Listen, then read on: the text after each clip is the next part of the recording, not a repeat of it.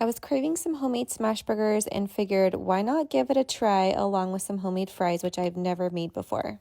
I cut up some white sweet potatoes and soaked them in cold water for about 20 minutes. While they were soaking, I made my seasoning for them, which consisted of some garlic powder, some parsley, some onion powder, and some paprika. Next, layer a baking sheet with some parchment paper.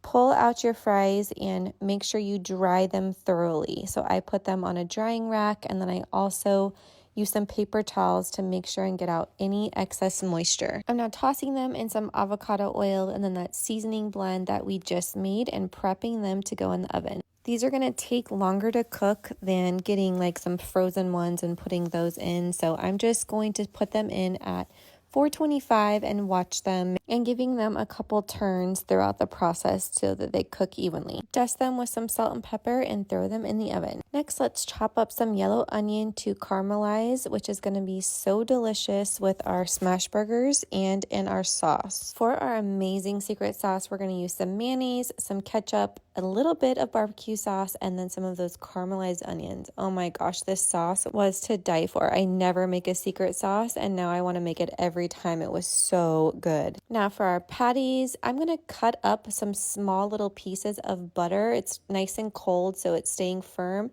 And I'm going to stick some of those pieces in each of my hamburger patties. This is just going to keep it nice and moist and help it get that good crisp that you want when you're doing a smash burger. Unfortunately, I don't have a Blackstone, so I'm just making this on my stove. It's very doable. You don't need a Blackstone to do smash burgers.